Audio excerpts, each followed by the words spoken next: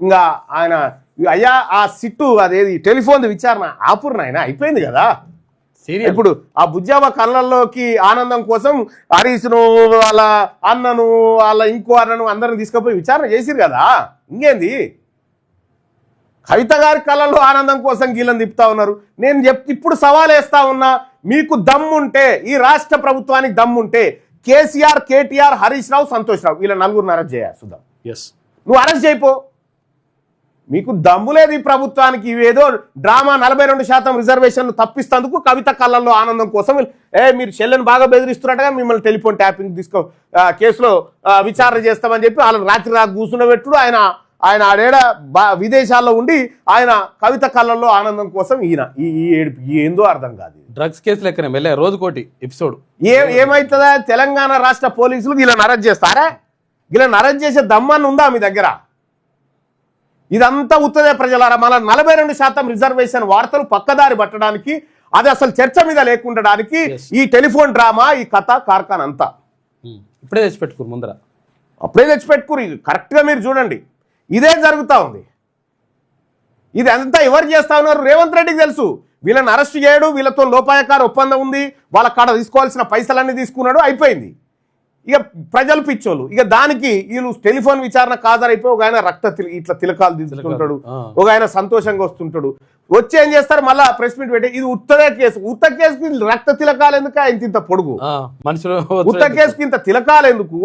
ఈ జై కొట్టుడు ఏంది?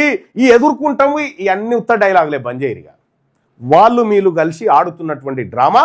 తెలంగాణ రాష్ట్రంలో బీసీలను మోసం చేసేటువంటి కుట్రలో మీరిద్దరు పాత్రధారులు. అది అన్ని పార్టీలు కూడా కుమ్మక్కైనా ఇప్పుడు ఒక రకంగా 42% రిజర్వేషన్ గురించి మాట్లాడదు భారతీయ జనతా పార్టీ.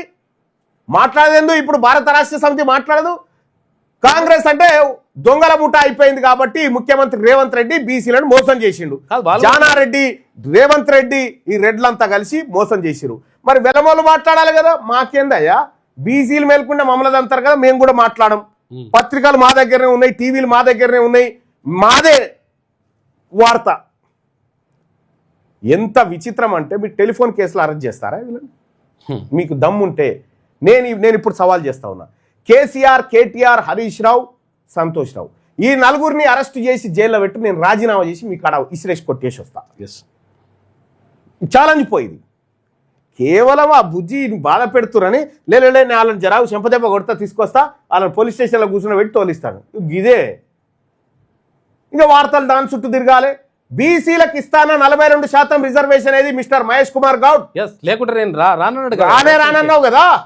ఏమైంది? పొన్నం ప్రభాకర్ గారు, బీసీ మంత్రులు ఏమైంది? కొండా సురేఖ గారు రాజీనామా ఏది? వాకిడి శ్రీహరి గారు ఏమైంది? 42% రిజర్వేషన్ ఏది బీసీలది? 20 మంది ఎమ్మెల్యేలు ఉన్నారు కదా బీసీలు. ఏది మీ రిజర్వేషన్? ఏది 42% రిజర్వేషన్? ఏది పార్టీ టికెట్ ఏమే, పీటీ టికెట్ ఏమే? అది మీకు పదవులు ఉంటే చాలా. బీసీలకు ఉండొద్దా? బీసీలకు రావద్దా? బీసీలకు ప్రధాన శత్రువులుగా మీరే ఉన్నారు. మీరు రేపు పొద్దుగాలు వస్తారు కదా మళ్ళా ప్రజాక్షేత్రంలోకి మాకు ఓట్లేయరని. అంటే మిమ్మల్ని పెద్దగా ఏం ఎదగనియరు, మిమ్మల్ని ఏం రిపీట్ చేయరు, కానీ మీకేం మళ్ళీ రెన్యువల్ చేసి టికెట్లు ఇస్తారని పొరపాటు అట్లేమి ఇయ్యరు. కానీ మీరు గుర్తుపెట్టుకోండి, మీరు ద్రోహులుగా మారుతా ఉన్నారు. బీసీ ప్రజల ఓట్లతో గెలిచి బీసీ ప్రజలకు అన్యాయం జరుగుతుంటే మాట్లాడనటువంటి వాళ్ళు ఎవరైనా ఉన్నారో, బీసీ ఎమ్మెల్యేలు కానీ బీసీ మంత్రులు కానీ, మీరు సమాధానం చెప్పాలి. 42% ఎందుకు ఇయ్యలేకపోయినామో చెప్పు ఫస్ట్. ప్రజాక్షేత్రంలోకి వచ్చి ఇచ్చిన తర్వాతనే వస్తామని చెప్పారు కదా. దొంగ ముఖ్యమంత్రి దొంగతనంగా దాచుకొని నోటిఫికేషన్ ఇప్పించింది కదా. ఇప్పుడు దీనికి సమాధానం చెప్పాలి కదా. ఇప్పుడు గుర్తుపెట్టుకోండి, మీరు బీసీలను ఎంత అవమానిస్తున్నారో అంత ఎక్కువ పాతాళానికి పోతారు మీరు.